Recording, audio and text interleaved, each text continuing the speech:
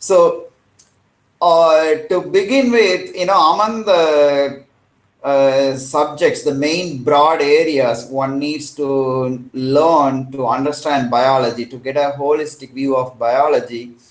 There are a few subjects that are really the pillars of biology, and one of them is biochemistry. The founding concepts of whatever specialized area you are going to be interested and you're going to pursuing, either in your job or in research, for all of them, the foundations come from these three topics. One is biochemistry, the other one is genetics, and the third one is cell biology. Okay, so the concepts of these three subjects are really, really crucial to pursue any area of research or any kind of specialization in biology. So therefore, you need to take additional effort and interest to learn the concepts that you are going to encounter in this course. Okay. It is primarily because living systems, be it how human body, a healthy human body works, or how a human embryo developed into a human adult, or identifying the causes and treating human disease, or to understand the natural world as it exists, different organisms. Not biology is not just only the human body and human diseases. Okay, that is only a small fraction of the whole thing that biology encompasses. For all of that, we need to learn the chemistry of it, primarily because organisms are made up of molecules, and the molecules follow the laws of chemistry and physics. And biochemistry therefore focuses on these molecules. What are these molecules? What do they do, and how do they form the an organism's body, and how it enables the organisms to do different things, how do they reproduce, and how organisms change over time, giving rise to variations on which natural selection works. For all of that, we need to understand the logics of these molecules, and that is what biochemistry deals with. Okay. And genetics gives you the principles of how this inheritance, these molecules, how the information gets transferred from one generation to another generation, and what are the guiding rules there or governing rules there. And that is why genetics becomes another pillar in learning biology. And the third is these molecules organize themselves into fundamental living units called cells. So therefore, there are cell-specific characteristics in terms of their behavior, etc. And therefore, there are set of cell biology specific concepts that you do not see in physics or chemistry. And that is why the cell biology principles become important. So these three subjects are really, really crucial to understand everything else. And that is why biochemistry is one of the core courses. So viewed in this way, with your interest to understand biology, and for that, recognizing that biochemistry is an essential subject, you will find biochemistry interesting, and you will be willing to invest more time and effort in learning. And when you do that, you will really find biochemistry very exciting. On the other hand, if you look at biochemistry purely this is one of the core courses, I can't get away with it, I got to somehow manage to get a good grade out of this, then you may not find it very interesting. Okay, so you will find it really hard, because it involves a lot of complicated concepts, and you will find it hard. So therefore, please orient yourself to the first set of, the first way of looking at the subject. Okay, so now let us begin.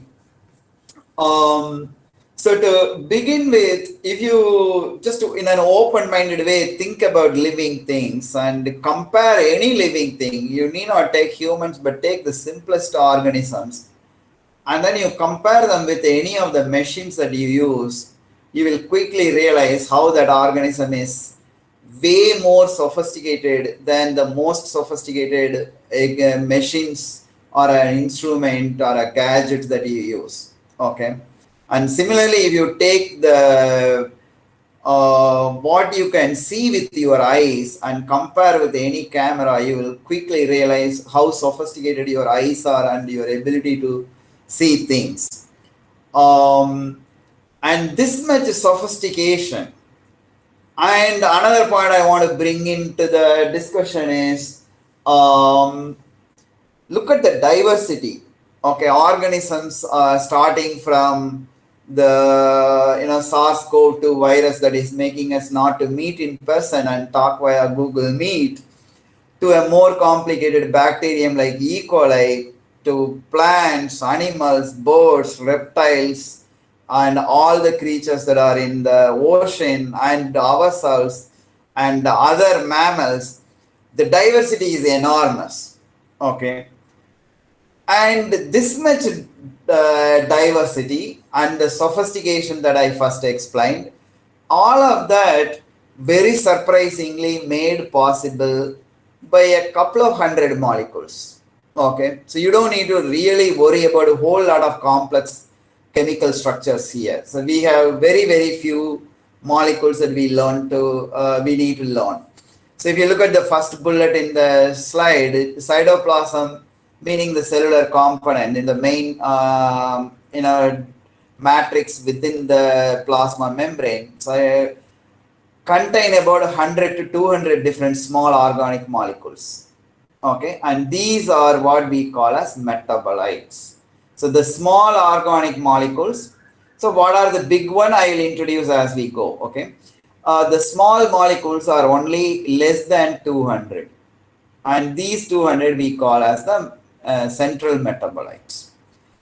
And these molecules and the pathway in which they participate, okay, meaning these molecules undergo a series of reactions, and that series is called a pathway.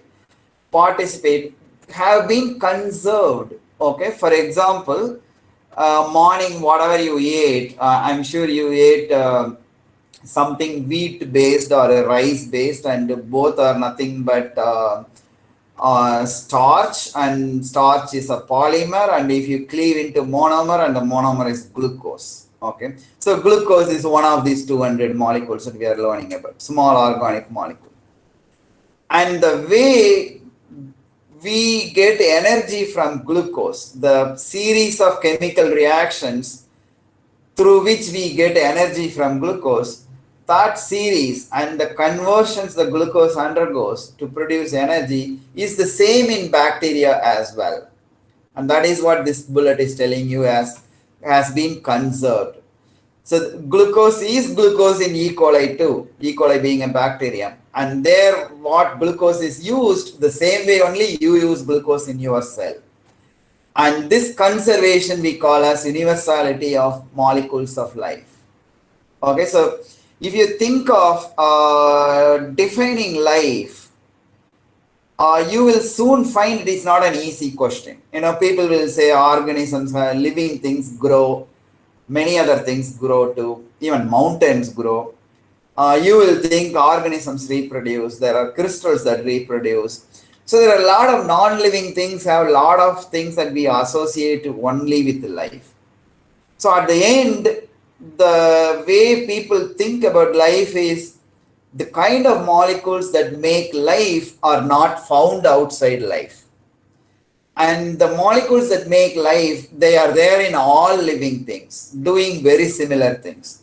That is what is this concept of universality of molecules of life. Okay. And what are these small molecules? They are in the third bullet.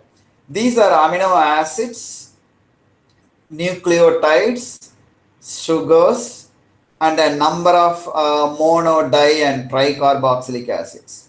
Okay, don't worry about these names for now. We will actually be understanding the structure of each one of them, at that time these names will become intuitive. You will very readily understand why these are called with these names. So these are the main molecules: amino acids, nucleotides, sugars, and tricarboxylic acids, carboxylic acids. These are the four major classes, and there are variations in the theme among these four, and that is what we are primarily going to learn. And these molecules may be polar, like having ability to interact with water, and they may be charged, like they can dissociate, releasing a proton, or they can accept a proton, so they can be positively or negatively charged. Some are hydrophobic too. They don't interact with water, and they are present in different concentrations. They can be present in micromolar quantities to millimolar quantities. Okay. So the next thing is, all of these are present within the boundary of plasma membrane. Okay, so plasma membrane itself is made up of these molecules, primarily a variation of these tricarboxylic acids. Okay, so the plasma membrane is hydrophobic. So most of these molecules are hydrophilic, so they are trapped within the plasma membrane. And some of them help in transport across the plasma membrane, and they are transporters. So then you have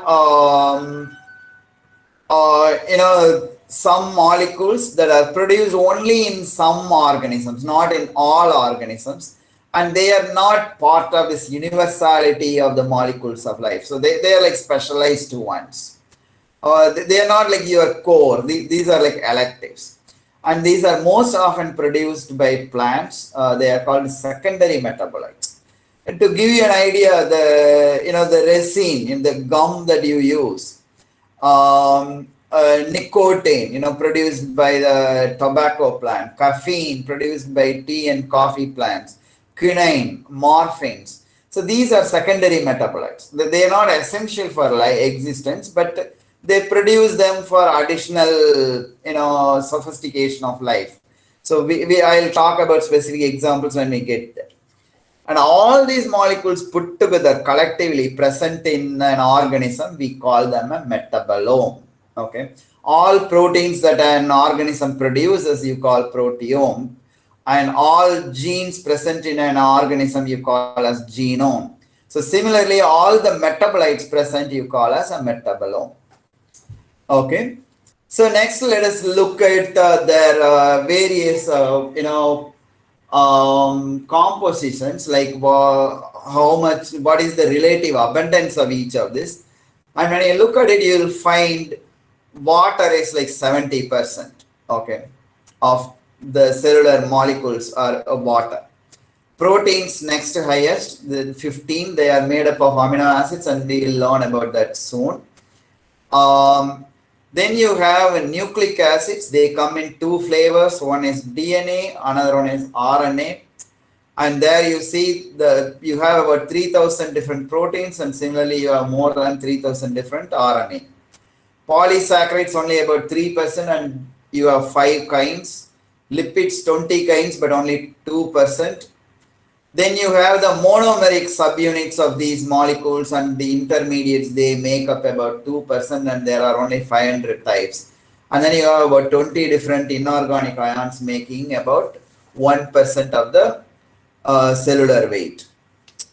And now from the metabolites, we move to another important concept, that is many biomolecules, other than these small molecules that are present in the cell, which is numbering 100 to 200, majority of the molecules in body exist in the form of polymers. Okay, so several monomers join together in a repetitive fashion, making polymers. For example, amino acids that we saw in the previous 2 slides ago. Okay, so amino acids. These amino acids are monomers. When they join together, they make a protein. Okay, so most of the molecules are present as polymers. So that is an important concept you need to remember. And these polymers sometimes assemble into large structures, more than the dimensions of normal molecules, called supramolecular complexes. A good example familiar to all of us is ribosomes. You know, the ribosomes are the cellular structures, non-membrane bound structures involved in protein synthesis. So these are the structures that make proteins by reading the sequence present in the mRNA. So the main point of this slide is that most molecules are present as polymers. And then you saw in this table the relative abundance of the different classes of molecules, and then the varying kinds. Like water, there is only one, H2O. But protein, you have about 3,000 different proteins and so on. So, okay, so now let us get into first set of molecules. So the first molecules of life that we are going to learn about are carbohydrates. Okay. So before we get into the details of carbohydrate, let me explain its importance. Then you may be motivated to listen more to learn about carbohydrates. So carbohydrates are the primary energy source, for cellular activities. The molecule that I mentioned a few minutes ago is glucose. So glucose is actually a central molecule in the energy production in all organisms. Okay, so by oxidizing glucose through cellular respiration, we obtain the energy required for all our work, for the functions of our internal organs, to the physical activity. For example, to give to take a class like what I'm doing right now, the energy required for all of it comes from glucose. So the food that we primarily eat, particularly in India, more than 70% of what we eat are actually carbohydrates. You think of, like, today when you are going to sit down for lunch, do not pay attention to the varieties that are there in your plate, but instead look at the relative abundance, which one you are eating a lot more than the others.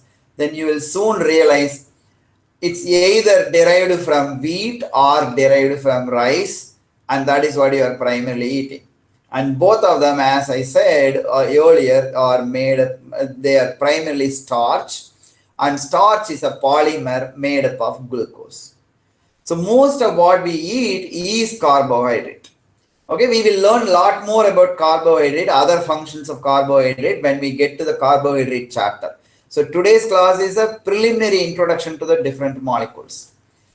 So carbohydrates, the monomer we usually call as monosaccharides. Saccharide, stands for sugar in either Greek or Latin, which I can't recollect now. Mono meaning the monomer. Okay, monosaccharide, and glucose is a monosaccharide, a single monomer. And when you join two of them, you call that as disaccharide. And when you join multiple, you call oligosaccharide. When you make a long chain, you call polysaccharide. Okay. And these monosaccharides exist in two different main forms. One as shown in this, the molecular structure. You have an aldehyde group, CHC double bond O. And when you have the aldehyde group present in the monosaccharide molecule, you call that as an aldose. So glucose is an example. So later we will learn these molecules do not exist the way it is written here. So when you have the aldehyde group, it's an aldose, and glucose is an aldose therefore. And these molecules do not exist like this. These aldehyde carbonyl group can interact with any of these alcoholic groups present in other carbons, and they form a ring-like structure. So we'll get into this ring structure again later. I needed to tell this now simply to go to the structure on the right side. Okay, so such a linked ring-like structure is what is shown here. So this is how they exist in solution or in our cell. In nature, this is how they exist. Okay, and some of the monosaccharides, instead of having an aldehyde group, they have a ketone group, C double bond O alone. And fructose is one such example. When you join glucose and fructose, then you get what is called sucrose, which is a disaccharide, and that is the common sugar that we use. You know, when you make coffee, to sweeten it, you add sugar. That sugar is sucrose, which is a disaccharide containing the monosaccharides, glucose and fructose. Glucose is an aldose. Fructose, because it has a keto group, we call that as a ketose. Okay, so how do they join? They join through these hydroxyl groups present on the side chains. You see this after linking, these are the hydroxyl groups you see. So the carbon itself is numbered like this side where my cursor is pointing is C1, and this is 2, this 3, 4, 5 and 6. So this is the 6th carbon. Okay, so there are 6, and this is how the numbering goes on. So from this end we start, and then this free CH2OH group attached to this one is the 6th one. So now any of these OH groups can function as a functional group to join with another molecule, and that is what is shown here, OH of glucose. So this is the C1O hydroxyl group, alcoholic group, and this is the C4, okay, 1, 2, 3, 4. So when they join together, so it's like a dehydration leading to condensation. This bond we call glycosidic bond, COC. So this is the glycosidic bond. Okay, so this is a dehydration based polymerization. So this is a glycosidic bond, and here you see this between glucose and fructose as in sucrose disaccharide. Okay. And these can continue to link in very long chains as shown here. This is glucose structure. This is 1,4,1,4,1,4 linkage, a long chain continuously going. That is part of starch. Starch contains 2 kinds of chains. One is amylose, and amylose is simply 1,4 linkage. Okay, so we will be talking about one more term in terms of whether this OH is oriented this way or it is oriented above this ring, and that leads to alpha and beta. Do not worry about it for now. I will explain alpha and beta later when we go to carbohydrate chapter. For now, you need to understand just this is 1 and this is 4 and this is 1,4 linkage. So glucose 1,4 glucose continuous chain is amylose, which is one of the components of starch. Then you can have branches. For example, you have another OH available here, another OH available here, that can link to other molecules. So suppose, let us say this particular glucose already having linked to another glucose. Now let us say its 6th carbon's hydroxyl group links to another glucose molecule, then you got a branch here. Such branches, branched structure leads to amylopectin or a stored carbohydrate in our liver, primarily in animals, called glycogen. Okay, so amylopectin and glycogen, they are again glucose, but they have a lot of branches. That is all. Otherwise, amylose is good enough as a polysaccharide to remember. So this is starch. So this is our principal source of energy. Okay. And carbohydrates are not just source of energy alone. They are also major structural components.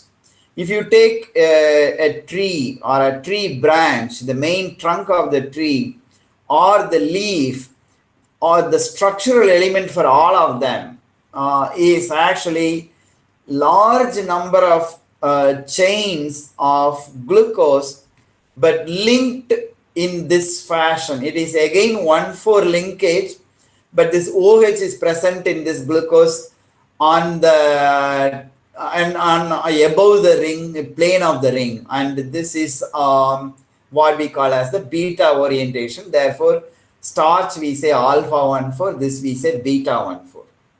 So our body does not have a way of hydrolyzing this beta 1,4 linkage, and that is why we cannot eat cellulose. Whereas our body can hydrolyze this alpha 1,4, therefore you are eating starch. Okay, so cellulose is the most abundant biomolecule in the planet, because you can easily see plants occupy almost every possible ecological niche, and they are most abundant, and they are primarily made up of cellulose. Okay, so cellulose there is providing structural function. The tree trunk is able to stand straight and grow to more than 100 meters in some cases. That's made possible by the structural strength provided by cellulose fibers. And some of the organisms, like microorganisms, can cleave this beta 1,4 linkage. For example, fungus. You would have seen fungus growing on dead wood lying, particularly in rainy season. That is because they can hydrolyze the beta 1,4 linkage and make glucose out of cellulose. Okay, and some of the animals, like for example cattle that we raise in our farms, they eat grasses and leaves and stems of some of the plants like sorghum or maize. That is because these cattle harbor microorganisms in their stomach which produce enzymes that can cleave this beta 1,4 linkage. So in this sense, cellulose becomes food as well, not just structure. All right. So here is branched chain, example glycogen I just told you. So here you have, here it is 6 and here it is 1. So here you have an 1,6 linkage branch in addition to alpha 1,4 that is there. And this is a cartoon representation of a large, glycogen. All right. So more about carbohydrates much later when we get to carbohydrate chapter. So now let us look at what is the next important molecule that we need to know. So they are the proteins. Okay. So what are proteins? Proteins are again polysaccharides. They are the monosaccharide repeating unit of polymer. Sorry, I said polysaccharide. They are polymers. So the repeating monomer in these polymers is amino acids. Okay, so there we called monosaccharide, here we call amino acid. There the polymer we call polysaccharide, here we call that as polypeptide or simply protein. Okay, so two amino acids joined together you call dipeptide, tripeptide and so on. Then you have oligopeptide, then you have polypeptide, large number of amino acids linked together. So the first thing, just like in carbohydrate, here again we will direct our attention to what proteins do. So all the chemical reactions, the series of reactions through which the metabolites undergo conversions, which we called pathways in the first slide, the individual reactions of those pathways, be it producing energy out of glucose, or cleaving individual glucose molecules out of glycogen or starch, or replicating the DNA, or assembling microtubules based spindle for cell division, all of them are done by catalysts. Okay, these are all chemical reactions that do not readily take place at the standard conditions of 37 degrees in aqueous medium and at concentrations present in our cytoplasm. They do not normally take place in the time duration of life. So they are all catalyzed, and the catalyst for all these reactions are called enzymes, and these enzymes are proteins. Okay, so now you understand the importance of proteins. Without proteins, nothing will happen. in a living cell. And these proteins are also surface molecules. For example, the SARS-CoV-2 virus binds to our lung cells via a protein present on its surface called spike protein, and that binds to a receptor present on our lung cell epithelial cells. Okay, and they are structural components as well, just like cellulose carbohydrate being a structural component in plants. In animals, our cells are glued together using extracellular matrix.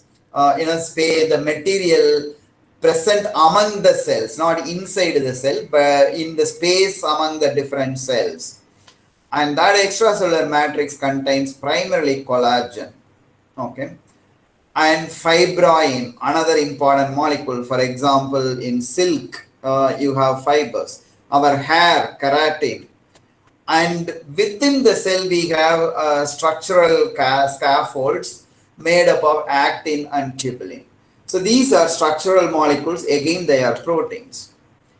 And some of our defense cells, like the immune cells, beta cells, B cells or T cells, they produce molecules that fight against pathogens, and those molecules themselves are proteins in nature.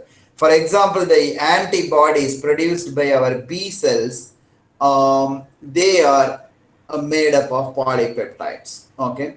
So therefore, proteins do diverse roles. They are catalysts, they are structural molecules, and they defend against pathogens.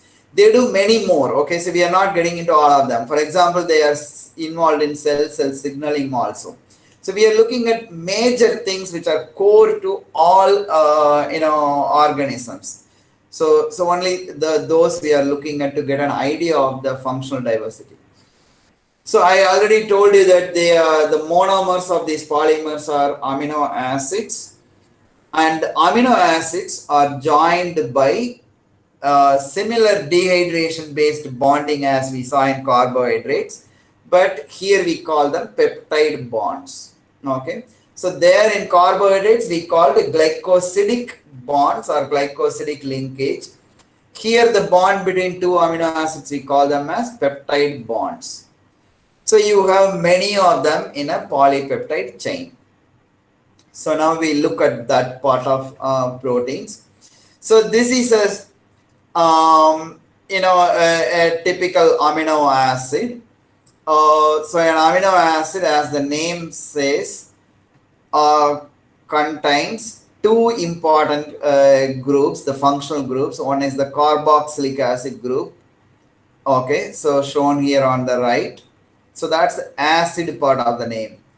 And on the left, you have the amino group. So the amino part of the name. So these are amino acids. So an amino group and a carboxylic group linked to a carbon, and carbon can form 4 bonds. The third one is a hydrogen. These three are common to all amino acids.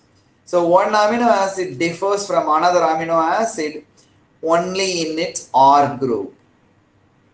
Okay, so here you see a particular R group. In the most simplest amino acid, this R group is another hydrogen, as seen in glycine. Amino acid glycine has only a hydrogen atom bonded to the central carbon as the R group. So this carbon we call as the alpha carbon. Okay. And as you see in this amino acid, which has this a functional group, the R group, has 4 different groups attached: hydrogen, amino group, and this R group, and this carboxylic group. So this is a chiral carbon, okay, center for generating stereoisomers. So we will learn about that later. I just wanted to draw your attention to this asymmetry here. So the 4 groups are asymmetric attached to this carbon. So now here you see 2 amino acids, the carboxylic acid of one and the amino group of another one, again through a dehydration reaction can form this bond. And this CN bond is what we call as the peptide bond. So this C to this C alpha, this we call as CC alpha, and this we called NC alpha, and this CN is the peptide bond. So these three are very important in determining the protein structure. So again, we will learn about it later. Okay. So this is the peptide bond. Like glycosidic bond is to polysaccharides, peptide bond is for polypeptides and proteins. So this shows you the linkage. So there you saw is the same kind of monosaccharide like glucose repeating multiple times in a polymer, in the polysaccharide. But here what you are seeing is it is not repetitive. Sometimes they are repetitive, but most of the time they are not repetitive. The different amino acids link together. For example, the valine, that is what we saw here. So this is valine.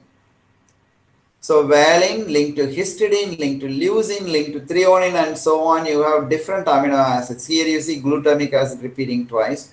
So they can repeat. It is just to illustrate that point. So this long chain of amino acids linked via peptide bonds is what is a primary structure. So simply the amino acid sequence of a polypeptide we call as the primary structure. And these, in carbohydrates, we didn't think about structure too much simply because they are repetitive and they are most often fibrous. So therefore, we didn't worry so much about it. But in terms of proteins, for their functions, the structure matters a lot, and therefore we'll briefly look at the structures. So depending on the sequence of the amino acids, the side chains that come next to each other varies. For example, the leucine side chain here will encounter histidine on one side, threonine on another side. And threonine again, one side leucine, another side proline. So therefore, the side chains that will come adjacent is determined by this primary sequence. And these side chains can have attractive or repellive interactions or could cause steric hindrance, all that in determining the structure. So as a result, the primary structure determines a certain way of three-dimensional structure that is possible for a given sequence.